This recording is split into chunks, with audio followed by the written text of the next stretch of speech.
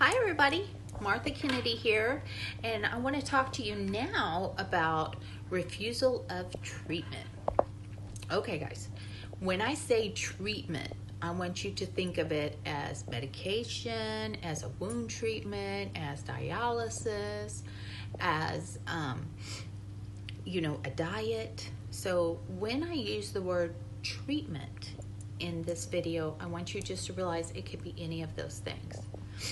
So the first thing I want to say, and I think it's really important that we all know, is that the resident is not forced to accept any medical treatment and may refuse specific treatment even if a doctor has prescribed it, okay? So again, even if a doctor has prescribed it, the resident is not forced to accept any treatment. Now, what do we do if that happens? Okay, so that's just not it. They just don't refuse, and we don't do anything. We're, as prudent nurses, we're going to happen to go down there or wherever the resident is, and we want to talk to them in a private space, of course. Charge nurse or ADON or DON can go down, and what we want to do is we want to talk to them and interview them and ask them why do they want to refuse it, and then maybe try to address any concerns they may have about this and see if we can overcome anything on it. Notify the MD, of course, and when you're talking with the MD, you'll have the information to say, hey, this is why they don't want this treatment. See if you and the care plan team and the doctor can maybe come up with some alternatives treatments if they're available and pertinent. Always care plan refusals.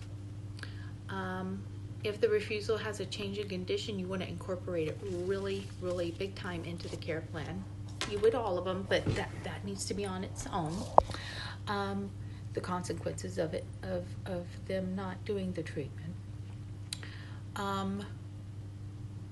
So that leads me to documentation, right? We talked about care plan. But when somebody refuses a treatment as a nurse, I need to go and document it in the medical record. This has to be done, right?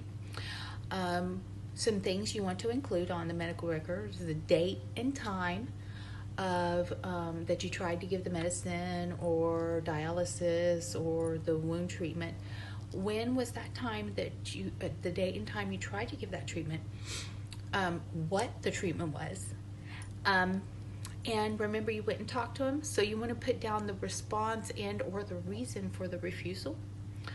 The name of the person that tried to administer this treatment, because it may not be you, so you want to make sure you put, Martha went down and tried to give them this medication and they didn't want to take it because they were tired or they hated the way it tasted. Some of those things you want to document. And then you want to put that the resident was informed, right? Because we went down and talked to them. Meaning, you explained to this resident why the treatment was needed, why the doctor ordered it, and what could be the possible consequences of the treatment if they did not have the treatment done. And you want to do this.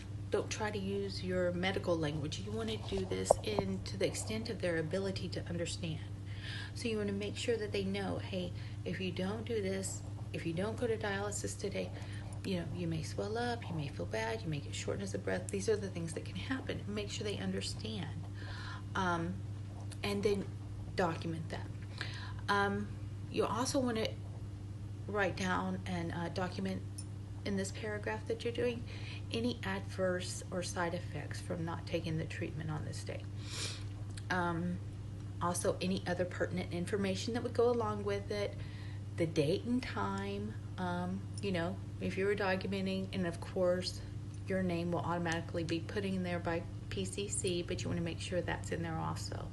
So that's what we're going to call refusal of treatment and informed consent and compromise and trying to do the best for the patient, but realizing that they have their rights.